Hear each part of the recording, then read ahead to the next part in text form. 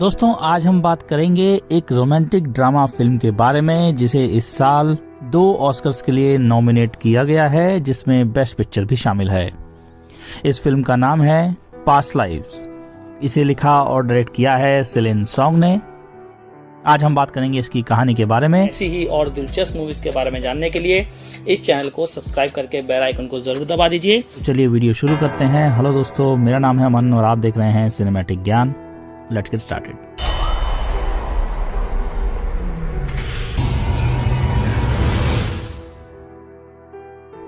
दोस्तों, फिल्म एक बार में शुरू होती है जहां एक अनसीन कपल 3 अलग अलग लोगों को देखता है। नोरा, हायसुंग और आर्थर, ये तीनों ही उनके सामने बैठे हैं। वो अंदाजा लगाते हैं कि वो तीनों एक दूसरे के क्या लगते हैं, क्योंकि नोरा और हायसुंग बात कर रहे हैं जबकि आर्थर नोरा के बगल में चुपचाप बैठा है। कहानी फ्लैशबैक में पहुंचती है 24 साल पहले सोल में। नायंग और उसका दोस्त हायसुंग घर जा रहे हैं। नायंग परेशान है क्योंकि वो स्कूल में हायसुंग के बाद 2nd नंबर पर आई है, लेकिन हायसुंग कहता है कि उन दोनों में नायंग ज्यादा होशियार है। नायंग फिर अपने पेरेंट्स और छोटी बहन सी यंग के पास जाती है क्योंकि वो कनाडा में इमिग्रेशन की तैयारी कर रहे हैं और एक दूसरे के इंग्लिश नाम तय कर रहे हैं। नायंग ने अपना नाम नोरा तय किया है। नायंग और हायसुंग की मदर्स उनके जाने से पहले आखिरी दिन उन्हें पार्क में ले जाती हैं। जब दोनों एक साथ घर की तरफ चलते हैं तो हायसुंग दूर जाने से पहले नायंग को सिर्फ बाय कह पाता है। मन में चल रही इस अजीब कश्मकश के साथ ही 12 साल बीत जाते हैं। हायसुंग ने मिलिट्री में अपना टूर पूरा कर लिया है और वो सोल में अपने घर लौट आया है। इस बीच नोरा न्यूयॉर्क के कॉलेज में है। अपनी माँ के साथ फोन पर बातचीत करते वक्त उन दोनों ने हायसुंग का जिक्र किया, जिसके बारे में नोरा ने एक्सेप्ट किया कि जब वो बच्चे थे तो उसे हायसुंग पर क्रश था। नोरा की माँ ने मेंशन किया कि हायसुंग ने उसके फादर के रेस्टोरेंट के फेसबुक पेज पर उसे ढूंढने के लिए कमेंट किया था। नोरा फ्रेंड रिक्वेस्ट के जरिए हायसुंग तक पहुंचने की कोशिश करती है और इसमें कामयाब हो जाती है। हायसुंग उसकी फ्रेंड रिक्वेस्ट को एक्सेप्ट कर लेता है और दोनों स्काइप पर वेबकैम पर चैट करना शुरू कर देते हैं। वो ओवरवेल्म्ड है, लेकिन इतने लंबे वक्त के बाद एक दूसरे को फिर से देखकर खुश भी है और वो रेगुलर बातें करना शुरू कर देते हैं। नोरा एक राइटर बनने के लिए मेहनत कर रही है, जबकि हायसुंग एक लैंग्वेज एक्सचेंज प्रोग्राम के लिए चाइना जाने की तैयारी कर रहा है। हायसुंग नोरा से पूछता है कि वो कभी सियोल वापस क्यों नहीं गई और नोरा जवाब देते हुए कहती है कि उसे न्यूयॉर्क में उससे मिलने आना चाहिए। ये बातें तब हो रही हैं जबकि वो दोनों ही ट्रैवल करने के लिए अनेबल हैं। उनकी रेगुलर बात करने के इस रूटीन को कुछ दिन बीत जाते हैं। नोरा हायसुंग से कहती है कि उन्हें कुछ वक्त के लिए बात बंद कर देनी चाहिए क्योंकि वो अपने काम पर फोकस करना चाहती है। हायसुंग को ऑल ऑफ अ सडन ये बात थोड़ी वियर्ड लगती है, पर वो इवेंचुअली मान जाता है और दोनों बात करना बंद कर देते हैं। नोरा बाद में राइटर स्ट्रीट में जाती है जहां उसकी मुलाकात आर्थर से होती है। वहां कई और भी राइटर्स मौजूद होते हैं और इर्द गिर्द बातें चल रही होती हैं।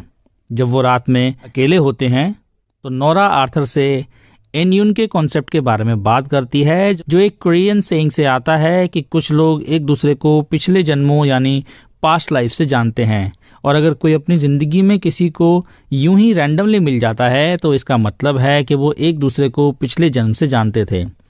वो लवर्स पिछले कई जन्मों से एक साथ रहे होंगे। इसके बाद नोरा और आर्थर एक दूसरे के साथ रोमांटिकली इन्वॉल्व हो जाते हैं। चाइना में कहीं और हायसुंग एक यंग वुमन से मिलता हुआ दिखाई देता है। कहानी फास्ट फॉरवर्ड जाती है। अगले 12 साल और बीत चुके हैं। नोरा और आर्थर शादीशुदा हैं और दोनों एज राइटर्स काम करते हैं। नोरा अपने लिखे एक प्ले के ऑडिशन में काम कर रही है। आर्थर ने भी बोनर नाम की एक बेस्ट सेलिंग नॉवल लिखी है और वो नोरा के साथ एक बुक साइनिंग कर रहा है और उसके लिए कोरियन सीखने की भी कोशिश करता है। हायसुंग नोरा को ढूंढने के इरादे से न्यूयॉर्क पहुंचता है। यहाँ आने से पहले उसके दोस्त उसका मजाक भी उड़ाते हैं। वो दोनों सड़क पर एक दूसरे को देखते हैं। फिर ऑकवर्डनेस खत्म करके नायंग उसे गले लगाती है। और वो एक बार फिर साथ साथ वक्त बिताते हैं। वो साथ में घूमते हुए बहुत सी बातें करते हैं। यहीं हायसुंग नायंग को बताता है कि अब वो अपनी गर्लफ्रेंड के साथ नहीं है। यहाँ आर्थर और नोरा की रिलेशनशिप और हायसुंग की शादी के बारे में कई सारी बातें होती हैं। इस मुलाकात के आखिर में नोरा हायसुंग से पूछती है कि 12 साल पहले वो उसे क्यों ढूंढ रहा था। वो जवाब देता है कि तुम एक दिन गायब हो गई थी। मेरे मन में पुराने वक्त को लेके एक बेचैनी थी। नोरा के अकॉर्डिंग तब वो बच्चे थे, लेकिन हायसुंग कहता है कि 12 साल पहले तो हम बच्चे नहीं थे ना। जब नोरा घर लौटती है तो वो आर्थर को बताती है कि वो सही था, हायसुंग असल में उससे मिलने के लिए वहां आया था। वो काफी देर हायसुंग के बारे में डिस्कशन करते हैं। नोरा उसके बारे में बताती है कि वो कितना कोरियन है और वो खुद कितनी कम है। आर्थर कुछ कंसर्न जाहिर करता है कि नोरा और हायसुंग चाइल्डहुड स्वीटहार्ट्स हैं, जिन्हें बाद में एहसास हुआ कि वो एक साथ रहने के लिए ही बने हैं। उसे लग रहा है कि शायद वो उसे छोड़ के भी जा सकती है। बेड पे वो दोनों बहुत सी बातें करते हैं, लेकिन नोरा ने आर्थर को अश्योरेंस दिया कि वो यहाँ अपनी लाइफ को किसी ड्यूड के लिए वेस्ट नहीं करेगी। आर्थर अभी भी सेटिस्फाइड नहीं है। वो अपनी मैरिज को ही एक इत्तेफाक समझने लगता है और उसकी वजह नोरा को ग्रीन कार्ड दिलाना भी था। वो अगर राइटर स्ट्रीट में उसकी जगह किसी और से मिली होती तो वो इंसान आज आर्थर की जगह होता। उनकी डल लाइफ में कुछ भी स्पेशल नहीं है। ये वाकई वो अमेरिकन ड्रीम लाइफ नहीं है जो नोरा अपने लिए चाहती थी। कोई भी इस छोटे से फ्लैट की बोरिंग लाइफ में कैसे खुश रह सकता है। इन सब बातों के बाद भी नोरा उसे कन्विंस करती है कि वो सिर्फ उससे प्यार करती है। अगले दिन वो शहर का टूर करके और स्टैच्यू ऑफ लिबर्टी तक फेरी पर सफर करते हुए दिन बिताते हैं और वहां साथ में पिक्चर्स क्लिक करते हैं। नोरा हायसुंग को यहाँ अपनी शादी की पिक्स भी दिखाती है और ये भी बताती है कि ग्रीन कार्ड की वजह से उनकी शादी बहुत जल्दी हो गई थी, क्योंकि तब वो काफी यंग थी। नोरा हायसुंग को अपने और आर्थर के साथ डिनर के लिए इनवाइट करती है। वो दोनों पहले नोरा के घर जाते हैं और आर्थर और हायसुंग एक दूसरे से मिलते हैं।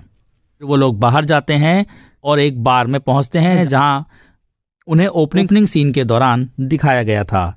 नोरा और हायसुंग कोरियन में बातचीत करते रहते हैं, जबकि आर्थर किनारे पर रह जाता है।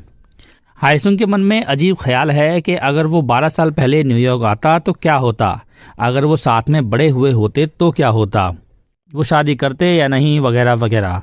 वो एक्सेप्ट करता है कि वो भले ही 12 साल का था, लेकिन वो उस वक्त भी नायंग से प्यार करता था। नोरा उसे कहती है, जिस नायंग को तुम जानते थे वो अब एग्जिस्ट नहीं करती। हायसुंग एग्री करता है और कहता है, तुम अलग हो, तुम्हें अपने सपने पूरे करने के लिए कोरिया छोड़ना ही था। यही चीज तुम्हें तुम बनाती है। मैं तुमसे प्यार करता था क्योंकि तुम हो। फिर हायसुंग ने एन्यून को मेंशन किया और वो नोरा से जानना चाहता है कि वो एक दूसरे की पास्ट लाइफ्स में कौन थे, लेकिन वो कहती है कि वो नहीं जानती। वो एक्सेप्ट करते हैं कि जब वो बच्चे थे तब से और जब वो पहली बार इंटरनेट पे फिर से मिले थे तब से वो दोनों बहुत डिफरेंट हो चुके हैं। कुछ देर बाद नोरा वहां से उठ के बाथरूम चली जाती है। तब हायसुंग सिर्फ कोरियन में बात करने के लिए आर्थर से माफी मांगता है, लेकिन आर्थर कहता है कि उसे इस चीज से कोई दिक्कत नहीं है। हालांकि वो साफ तौर पर इस चीज से अफेक्टेड नजर आता है। तीनों घर लौटते हैं, जहां नोरा हायसुंग के साथ उसकी ऊबर पिकअप पॉइंट तक बाहर जाती है। दोनों उसके पिकअप का इंतजार करते हैं। कैब आने से पहले वो लगभग 1 मिनट तक एक दूसरे को घूरते हुए चुपचाप खड़े रहते हैं। हायसुंग का कहना है कि वो इस वक्त अपनी पास्ट लाइफ में से किसी एक में हो सकते हैं और वो सोच रहे हैं कि वो एक दूसरे को फिर कहाँ मिलेंगे। उसके जाने से पहले वो एक ब्रीफ एम्ब्रेस शेयर करते हैं। नोरा आर्थर के पास वापस आ जाती है और दरवाजे के बाहर ही वो उसकी बाहों में रोने लगती है। उसे समझ नहीं आता कि उसके साथ क्या हो रहा है। वो पूरी तरह से टूटी हुई नजर आती है। फाइनल शॉट में हायसुंग को एक कार में न्यूयॉर्क को पीछे छोड़कर एयरपोर्ट की तरफ जाते हुए दिखाया जाता है और इसी सीन के साथ ये फिल्म खत्म हो जाती है।